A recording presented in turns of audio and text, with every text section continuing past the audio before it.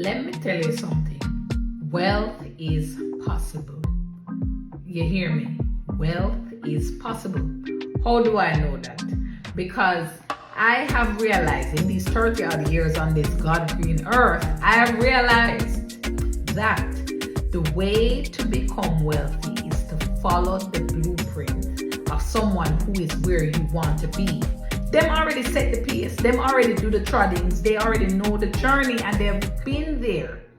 All you have to do if you say, I want to be wealthy just like this person, you just have to follow their blueprint. Success leaves clues. A lot of people say that. And what they mean is that if you sit down and really pre the movements that successful people have made, and then you choose to replicate those movements and put your own like a flavor to those movements, you can get the same results, but they're gonna be your results because you put your spin on it.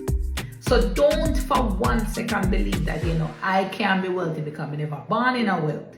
All you have to do is open up your eye and look at the persons who are where you want to be and follow them. Study them and follow them.